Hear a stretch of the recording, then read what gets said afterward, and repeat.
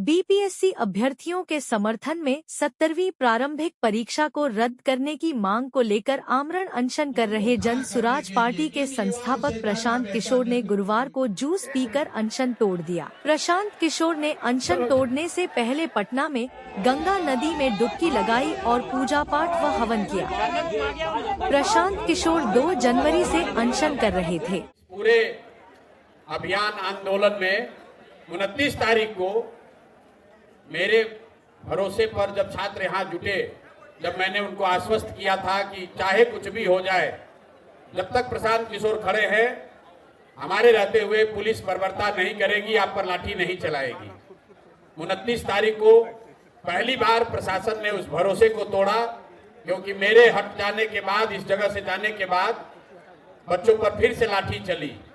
उसके बाद से जैसा आपको मालूम है 2 तारीख से हमने आमरण अनशन शुरू किया है और उस दौरान सरकार की ओर से कुछ पहल भी हुई। माननीय राज्यपाल महोदय भी बच्चों से मिले, मुख्य सचिव भी मिले, लेकिन अभी तक कुछ उसमें सरकार की ओर से इस मुद्दे का समाधान निकालने के लिए कोई प्रयास नहीं किया गया। आज न्यायालय में इस पूरे प्रकरण पर सुनवाई शुरू हुई है। मुझे पता नहीं है, शायद आप लोगों को जानकारी होगी, कुछ ही क्षण में न्यायालय का शायद कुछ निर्णय भी आए। हम लोग आशा और विश्वास रखते हैं कि छात्रों को कम से कम न्यायालय से न्याय मिलेगा। लेकिन इस अनशन के दौरान 5वें 6वें दिन जो गांधी मैदान में हुआ वो मीडिया और बिहार के लोगों के सामने है।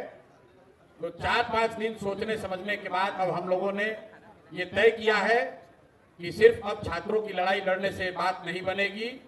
कहीं न कहीं बिहार में गांधी जी के बताए हुए रास्ते को लेकर आगे चलने की जरूरत है। समाज में लोगों को जगाने समझाने की जरूरत है।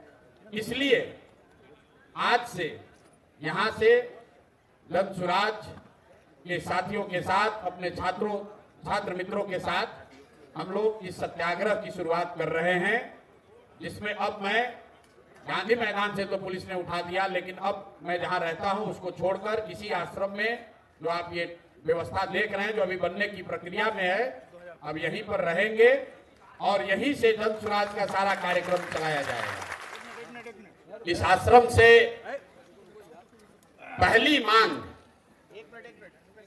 पहली जो मैं मांग रखना चाहता हूं कि बिहार के मुखिया, चुने हुए मुखिया या व्यवस्था से अपने आप को चुनकर मुखिया बनाने वाले नीतीश कुमार की मानसिक स्थिति की जांच हो और नीतीश कुमार, और इसको सीरियसली लीजिए, मैं ये मांग करता हूं कि बिहार के 13 करोड़ लोगों का नेतृत्व जो व्यक्ति कर रहा है, उनकी मानसिक स्थिति, मानसिक मेंटल हेल्थ पर सरकार आधिकारिक तौर पर एक विज्ञप्ति, एक रिपोर्ट जारी करे कि क्या मानसिक तौर पर नीतीश कुमार स्वस्थ हैं बिहार को चलाने के लिए और बिहार के लोगों की समस्याओं को सुलझाने के लिए।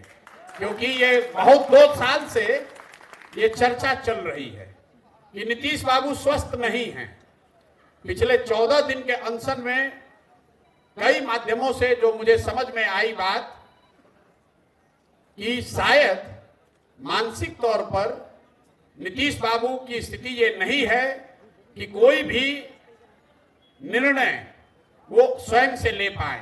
तो मैं आपके माध्यम से इस आश्रम से पहली मांग रखता हूं कि यहां पर मेडिकल पैनल बने, सरकार खुद से बनाए, अपने ही डॉक्टर से जांच करवाए, लेकिन कम से कम ये बताए कि नीतीश बाबू की मानसिक स्वास्थ्य की स्थिति क्या है।